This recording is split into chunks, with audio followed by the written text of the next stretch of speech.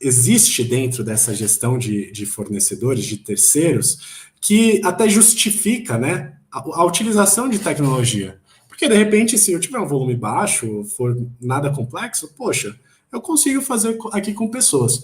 Então, antes da gente pular para, quais são as tecnologias bacanas que a gente consegue usar hoje dentro desse processo, eu vou explicar o processo em si. Então, assim, toda vez que uma companhia, uma empresa, seja uma indústria, seja um varejo, seja um escritório, né, precisa fazer a contratação de um terceirizado, de uma mão de obra terceirizada, a primeira coisa que acontece é alguém precisa daquele trabalho, né? Então, existe primeiro a necessidade da demanda. Ou seja, alguém dentro dessa empresa vai levantar a mão e falar: olha, estou precisando contratar alguém para fazer restaurante aqui dentro. Estou precisando contratar um cara para limpeza. Estou precisando contratar uma portaria. Estou precisando contratar um serviço de engenharia, um serviço de manutenção. Então, alguém, uma pessoa dentro dessa empresa, vai levantar a mão e fazer uma requisição. Olha, pessoal, preciso contratar um fornecedor, um terceiro especializado para fazer essa atividade aqui dentro para a gente. Então, legal, com a criação da demanda, essa demanda vai para um setor de compras, né? Uma pessoa, um setor de compras.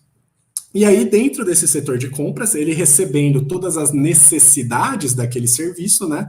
Daquele fornecedor, pode ser uma matéria-prima também. Ele recebendo essa necessidade, ele vai fazer o quê? Preciso olhar agora no mercado e ver quem consegue atender essa minha demanda. Então, ele vai procurar lá no mercado, seja pela ferramenta que for, pelo próprio Google, ele vai procurar 3, 4, 10 empresas que podem atender, por exemplo, aquela necessidade de um restaurante, né? Ele vai procurar isso. Então, assim, o que a gente está falando aqui é o começo. Poxa, isso daqui é o começo do namoro entre essa empresa cliente, né, essa tomadora, com esse prestador ou esse fornecedor. Então, eles estão pegando na mãozinha ali ainda. Né? E eu fiz um paralelo aqui, né? Se você tem uma filha, ou se você de repente é o filho, no começo do namoro ali, pegando na mão, aí seus pais, quero saber com quem minha filha, com quem meu filho tá andando. Então ele vai fazer um background check lá, vai falar, quem que são os amigos desse cara no, sei lá, no Facebook ou na escola? Quero saber se esse cara tem uma passagem por antecedente criminal. E não vai ser diferente quando a gente está falando dessas empresas, né? Então, existe uma sigla aqui que eu coloquei, existem outras siglas, tá? Mas essa é uma delas. Então, KYC, né? Know Your Customer, ou Know Your Client, né? Em que você quer checar, poxa, quem que é essa empresa que eu estou colocando como fornecedor, como prestador de serviço para dentro de casa? Quem que é esse cara? Não sei quem é esse cara. Então, aqui na esquerda, a gente tem algumas bolinhas amarelas, que são os riscos, né? Os riscos atrelados a trazer esse cara para dentro de casa, seja ele trabalhista, de reputação, de financeiro. E aí, eu não vou me aprofundar nesses riscos, porque teve uma live desse cara aí que tá junto comigo hoje, que ele arrebentou, né? O Rodrigão falou, teve uma live só para isso, para falar dos riscos atrelados a essa contratação de serviço. Então, quem não viu, vai lá, confere no canal da Handle, que tá muito bacana, é um conteúdo muito rico que a gente fez lá, beleza? Então, legal. Eu quero saber quem é a empresa que eu tô colocando para dentro de casa. Quem que é esse fornecedor, quem que é essa empresa terceirizada. Vou me colocar aqui agora, né? Vestir a camisa de compras. E eu, como comprador, eu vou procurar no Google lá.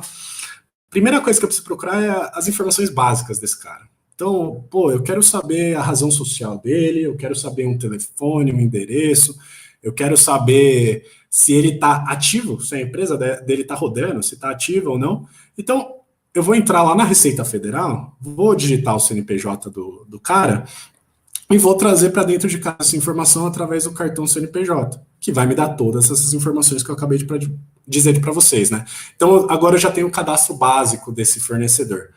Agora eu quero saber se esse cara está pagando, por exemplo, o FGTS dos funcionários dele, ou se ele está pagando a Previdência, né, o INSS.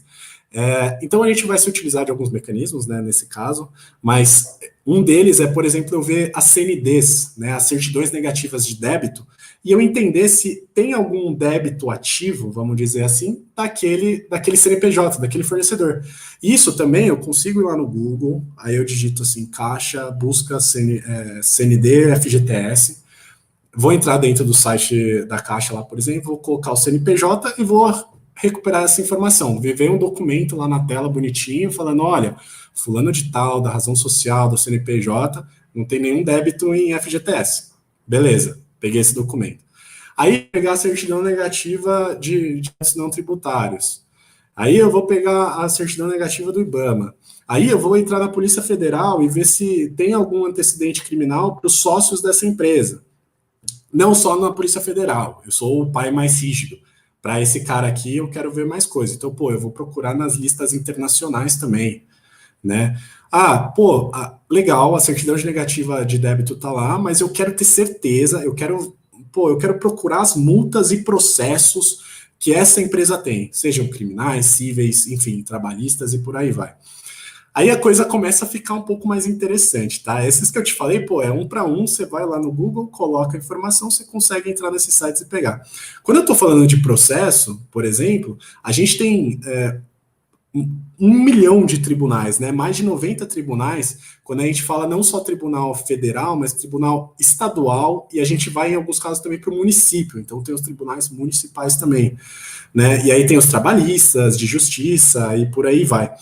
Então, eu precisaria entrar em cada um desses lugares para pegar essa informação. Cara, eu consigo, beleza. Como uma pessoa, eu consigo ir lá no Google e procurar essas informações e de alguma forma trazer isso. Os processos é um pouquinho mais difícil, tá? Porque eles têm algumas subcamadas de informação. Então, tem atualização do processo, tem se está tramitando ou não, se tem quem foi citado dentro daquele processo, quem são os advogados, qual que é o status, por aí vai. Então tem subcamadas em cada um desses processos, em cada um desses tribunais que eu acabei de dizer para vocês. Tá? Enfim, existem outros aqui, eu não vou me alongar, porque o Rodrigão já falou que eu vou estourar 1 hora, por tanto conteúdo que a gente tem, então eu vou passar, se alguém tiver dúvida, fica à vontade aí, gente. Então eu já vou parar você, porque já tem pergunta aqui. Eu vou pôr na tela para a gente poder ver. Ó, Rafa, vou tomar a frente aqui, ó. Qualquer coisa você grita aí. Ó, é uma pergunta do Pedrão. Mais uma vez, Pedro, obrigado, boa noite. Aliás, gente, boa noite para todo mundo que está acompanhando a gente. A coisa tá bombando, afinal o assunto é animal, né? O Pedrão acompanhou todas as lives até agora. Obrigado mais uma vez, Pedro. E a pergunta dele está aí na tela, o Augusto. Na sua opinião, uso dessa tecnologia, né? Nós estamos falando aí de uma... Na verdade, nós estamos falando do problema. A gente não falou de tecnologia ainda. Já estou prevendo que tem uma tecnologia para resolver isso. Acho que o nome do vídeo fala alguma coisa também, né? Então fala para mim primeiro, o que pode ajudar? Que isso dá um trabalhão, já ficou claro. O que poderia ajudar e se realmente ajuda numa questão trabalhista, como o Pedro sugeriu aí? Tá, legal. A gente vai aprofundar, tá, Pedro? Obrigado aí pela pergunta, cara. Obrigado por estar com a gente de novo, cara, porque eu vi que você acompanhou todas as lives aí e fez bastante pergunta. Então, assim, eu sou suspeito de falar, obviamente, de tecnologia, né, mas com certeza, todo esse trabalho, primeiro eu tô falando do problema, né, mas todo esse trabalho sendo feito por uma pessoa, existe uma grande possibilidade, uma grande chance de erro dentro desse processo que eu tô narrando aqui. Né? Ou a gente simplesmente não ter a capacidade de, às vezes de mão de obra mesmo, para checar todas essas informações que a gente deveria checar, né? Às vezes a gente só não faz porque a gente não tem braço para fazer.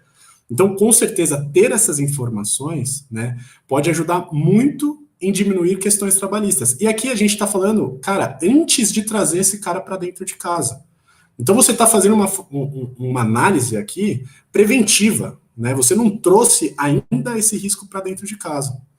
Beleza? Então, cara, para mim faz todo sentido e eu espero que no final da live aí você entenda que a tecnologia pode muito ajudar a gente dentro de todo esse processo. Beleza? Não sei se ficou claro, se tem mais alguma pergunta. Vamos seguir, depois a gente... Porque vai chover pergunta aqui, então vamos... Toca o pau aí. Bom, você já deu o spoiler de que nós vamos ultrapassar 1 hora, né? Eu dei esse spoiler, gente. Cara... Gente, pode ser que a gente ultrapasse, mas com muita alegria. Vamos lá, vamos seguir. É isso aí. Então, vou passando aqui. Então, existem outras fontes, tá, gente? Outros tipos de dados. O Portal da Transparência é um super importante para você saber, por exemplo, cara, esse meu parceiro utiliza mão de obra escrava, utiliza mão de obra infantil, ele está citado em algum esquema de corrupção, ele tem alguma venda governamental, existe alguma doação eleitoral. Então, nos últimos anos, de novo, eu vou falar para vocês verem a live do Rodrigo referente a isso, né? Mas existem várias questões de corrupção também e de ligações com esses eventos que aconteceram nos últimos anos, né? Que a gente hoje se preocupa muito mais do que antigamente, né?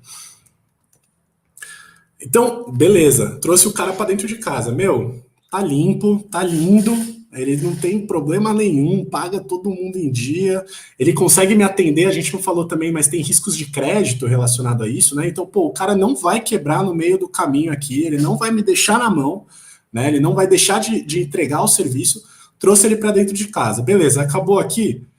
Eu diria que aqui talvez seja um maior trabalho ainda do que esse que a gente acabou de dizer, né? A gente acabou de narrar. Por quê?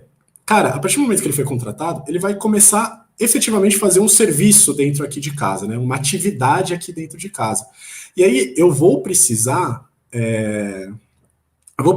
deles, né? Eu vou precisar solicitar para ele outros tipos de informações e outros tipos de documentos. A gente já pegou muitos documentos de empresa nesse processo de homologação, né? Mas vão ter principalmente aqueles documentos trabalhistas, né, de segurança, de saúde, que eu vou precisar para garantir, olha, beleza, esse cara está apto para realizar a atividade que ele precisa realizar. Então, pô, eu vou pedir lá para ele agora o PPRA, vou pedir para ele o PCMSO, vou pedir o LTCAT, eu vou pedir para ele algum requisito técnico específico. Então, ainda tem documentos da empresa que eu vou precisar ainda nesse processo. E aí que começa a ficar mais interessante, né, esse trabalho, que a gente pula um nível abaixo, que, cara, quem são as pessoas que vão executar essas atividades aqui dentro? Então, de novo, explanamos muito nas outras lives, né, a questão de corresponsabilidade do tomador de serviço com esse prestador de serviço que está colocando para dentro de casa. Então, a gente sim é responsável por essas pessoas, né? E, cara, agora eu vou falar um pouquinho para vocês terem uma noção de volume disso, né? Então, como média, tá? Como média, a gente vai ter lá 10 pessoas por empresa, por fornecedor, por prestador de serviço dentro dessa empresa, né? Debaixo do guarda-chuva dessa empresa. Para cada uma dessas pessoas, como média, de novo, a gente vai ter entre 5 e 10 documentos. Cara, 5 documentos, eu estou falando os mais básicos, ou seja, você está pedindo lá o RG do cara, você está pedindo o CNH dele, você está pedindo o vínculo de contrato dele com aquela empresa, né? Então, uma ficha de registro, uma carteira profissional, e de repente você está pedindo ainda um atestado de saúde ocupacional, né? O ASO. Então, basicamente, esses documentos você vai acabar pedindo para esses tipos de serviço. Indo até, certificações de treinamentos, né? O cara precisa fazer um trabalho em altura, ele vai precisar ter um treinamento de trabalho em altura, ele vai precisar de ter EPIs, então vai precisar da ficha de EPI, e aí a gente vai aumentando. Então, em média, 5 a 10 documentos, vou pegar 7 aqui no meio. Tá? Então a gente falou lá 10 pessoas, com 7 documentos em média, a gente está falando de 70 documentos aí para eu checar de uma única empresa. E eu vou além, que em cada um desses documentos existem informações, né? Porque eu não vou pedir o documento para ter o documento, eu preciso de alguma forma entender o que está escrito lá dentro daquele documento. Senão o cara me passa um PDF em branco, ou escrito PDF, ou escrito RG lá, e beleza. Tá ok, né? Então existem informações que eu preciso validar de alguma forma dentro desses documentos. E aí, de novo, eu vou pegar uma média de 10 informações por documento.